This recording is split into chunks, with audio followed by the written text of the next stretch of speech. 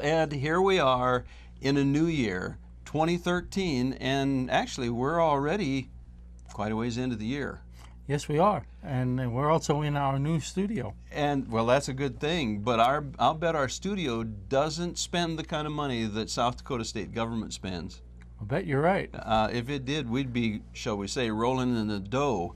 Like, what is $4.2 billion a year on a daily pro rata basis? Oh boy, I need a calculator for that one. Well, I think it's $10 or $11 million a day. Wow.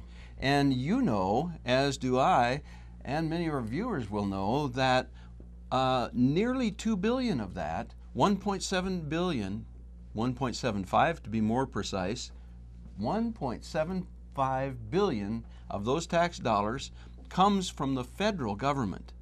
I see. So that's 40-some percent. I think it's approaching 42% of our state budget comes from the Godfather. I see. And suppose the Godfather doesn't want to pay us anymore. Well, is he going to break my legs or yours? Well, I don't know, but it's certainly a problem that I could see. Well, the thing that concerns me about that, Ed, and should concern our viewers, is that South Dakota really hasn't made what I believe is adequate provision in the event that the federal government decides they cannot or will not send South Dakota that nearly $2 billion.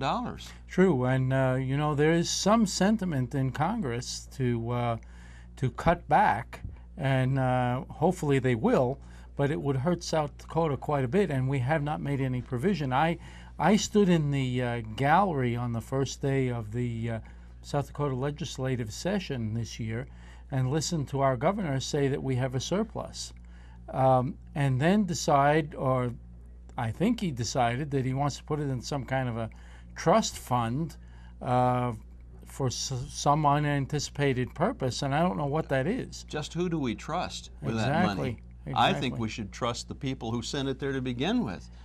Send it back to the taxpayers. Absolutely.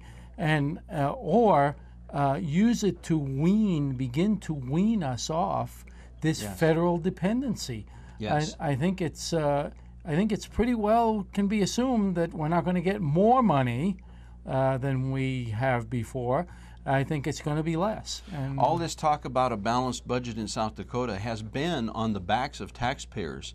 You and I know that over $100 million in new taxes were put in place by our governor and the state legislature in the last session or two. Mm-hmm.